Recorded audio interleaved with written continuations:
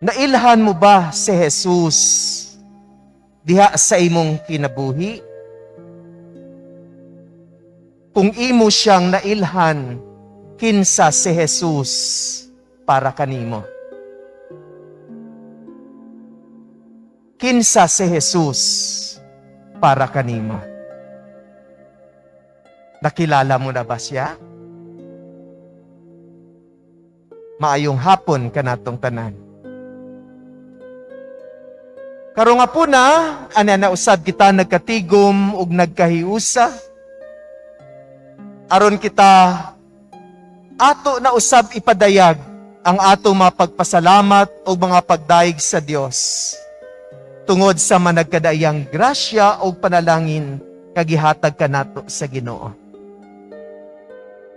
Bisa na sinati nato ang managkadaiyang kalisod sa ato matag adlaw nga pagpanginabuhi tungod ni ining pandemya, ang coronavirus. Apan nagasalig ug nagatuo kita nga ang Dios wala gayud nagapasagad sa matag usa kanato.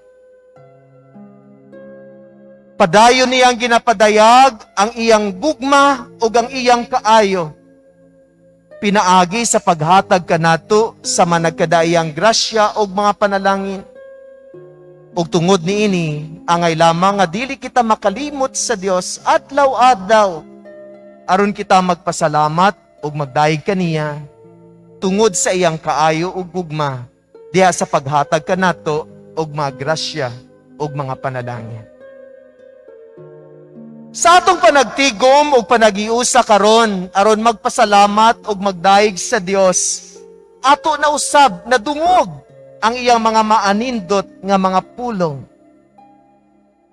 Mga pulong nga puno sa pagpahimangno ug pagpahinumdum kanato kung unsay mga angayan natong pagabuhaton ug pagapuy-an sa atong kinabuhi. Sa atong unang pagbasa, gipahinumduman kita nga sa atong pagpanginabuhi, dili jud malikayan, nga dunay mga pasakit ug dunay mga pag-antos. Og sa mahigayon nga atong masinati ang makasakit ug mga pag-antos, dili kita dali-dali unta mawad-an og pagsalig. Dili kita unta mubiya sa atong pagtuo. Og labaw sa tanan, dili nato talikdan ang Dios. Sa mga higayon nga atong nasinati ang makalisod, makasakit og pag-antos sa kinabuhi. Kay kining tanan, kabahin sa atong pagpanginabuhi. Diba? May mapanultihon kita nga nagaingon, there is no gain, no pain. Sacrifice is a key to success. Tanan kita, dunay mga pag-antos, kasakit o kalisod sa kinabuhi. Og sa mahigayon nga ato kininasinati, kita ginapahinumduman, nga dili kita angayan mawad-an og pagsalig, paglaom o pagtuo sa Dios. Sa atong ikaduhang pagbasa, kita ginapahinumduman nga kinahanglan ang atong pagtuo ubanan nato og maayong buhat. Ingon ni Apostol Santiago, ang pagtuo nga walay lihok o walay buhat, patay nga pagtuo. Faith without concrete good action is a dead faith. Patay ang pagtuo kung dili kini ubanan og buhat o lihok. Buti pa sa dili ay pwede kita mag-praise the Lord, praise the Lord. Praise the Lord, praise the Lord is not enough. Kinahanglan ang atong pag-praise the Lord, ubanan nato og mga maayong buhat. Aron kining atong pag-praise the Lord, magmakahuluganon og magmatinud-anon gayod diha sa atong kinabuhi. Mapinangga ko makaigsuunan sa atong ebanghelyo, si Jesus nangutana sa iya mga tinun-an, kinsa ako ingon sa mga tao? Nag-ayo ako sa mga masakiton, nagpakaon ako sa magigutom, naghimo ako og mga milagro, nagsangyaw ako og mga maayong balita. Apan, nailhan ba ako sa mga tawo nga akong gialagaran? Kinsa ako ingon sa mga tawo? Unsay tubag sa iya matinun-an? May nag-ingon nga ikaw si Juan Magbubunyag. May nag-ingon pod nga ikaw si Elias. Ug may pipila pod nga nag-ingon ikaw usa sa mga propeta. Wala jud di ay kaila ang mga tawo nga iyang gialagaran. Base sa ilang tubag. Because Jesus is not John the Baptist. Jesus is not Elijah. Jesus is not only a prophet. Mao kini ang pag-ila sa mga tao kaniya nga iyang gialagaran.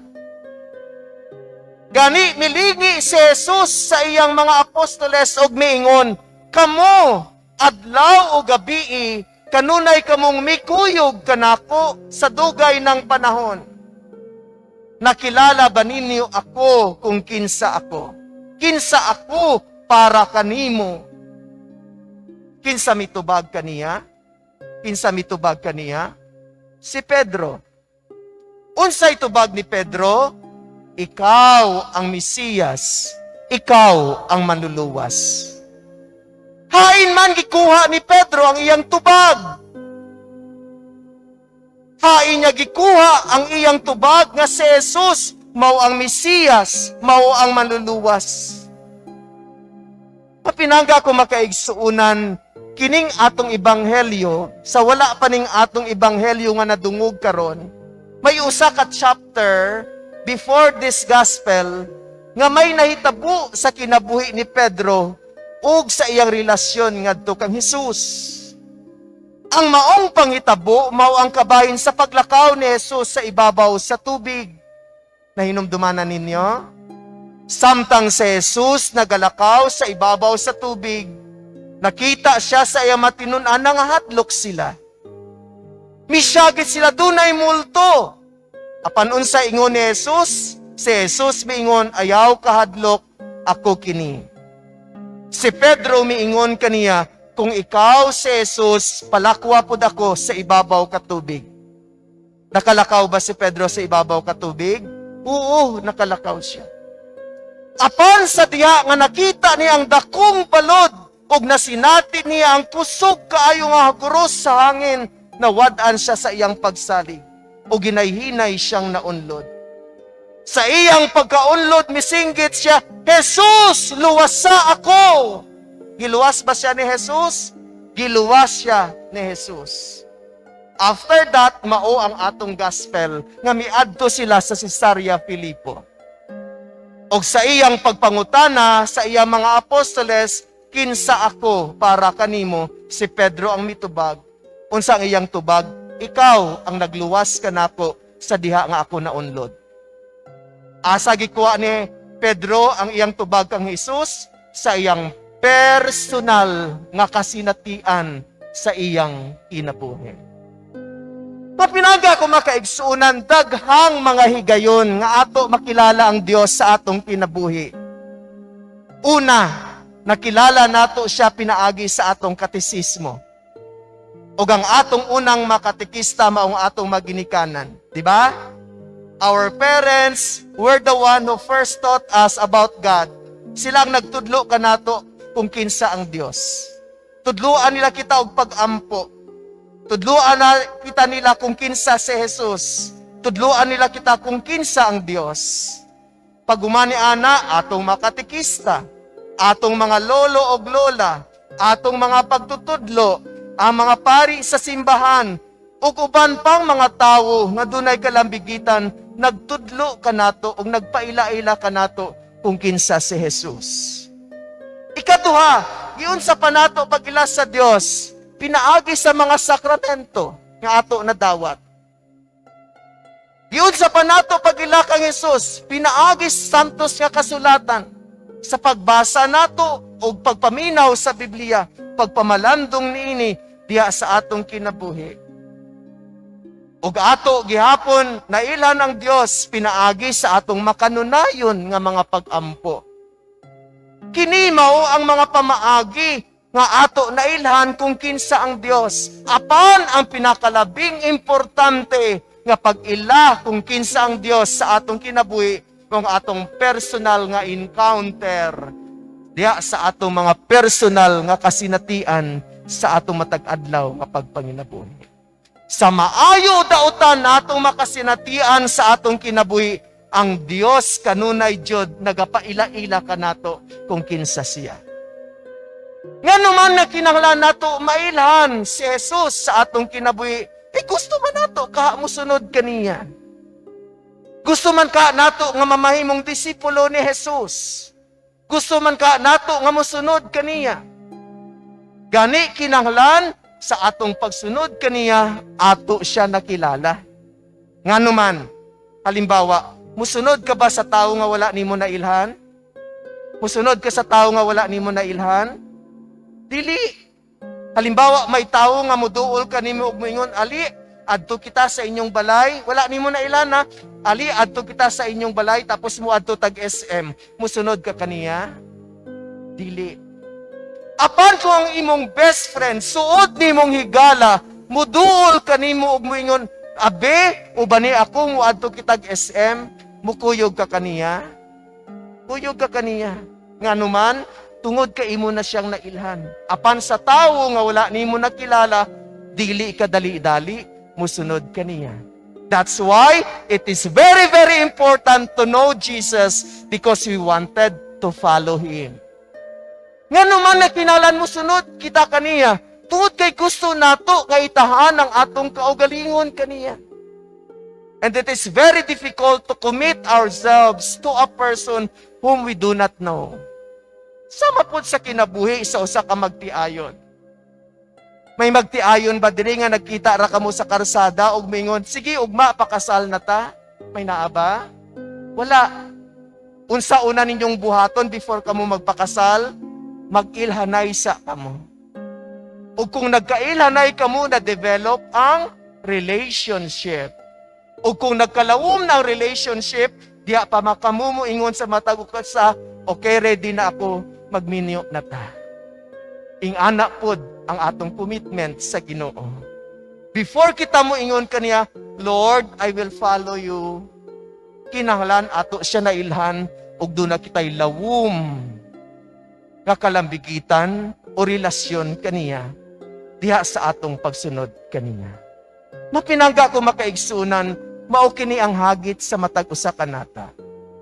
We wanted to follow Jesus. We wanted to commit ourselves to Him. Gusto nato nga mosunod gayud sa Ginoo, bisan unsay may tabo sa atong kinabuhi. Apan aron makakumit kita sa atong kaugalingon, sa atong kinabuhi ngadto sa Dios, kinahanglan nga ato siya nailhan ug doon na kita'y lawom nga relasyon kaniya. Ug kanunay nga inumduman nga ang Dios kanunay nga nagpaila-ila sa iyang kaugalingon sa tanang higayon sa atong personal nga pagpanginabuhi sa atong man nagkadaiyang kasinatian.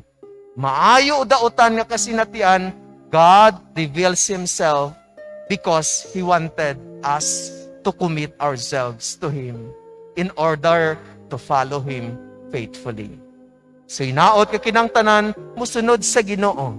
Apan una, ato siyang ila-ilahon, ug ato palambuon ang atong relasyon kaniya. Ang Dios kanunay gayud nakagapaila-ila sa iyang kaugalingon. Ato siyang ila-ilahon aron mulawom ang atong relasyon kaniya, aron makatahan kita sa atong kinabuhi sa pagsunod o pag-alagad kang Jesus. Kinsa si Jesus para kanino? Musunod ka ba kaniya?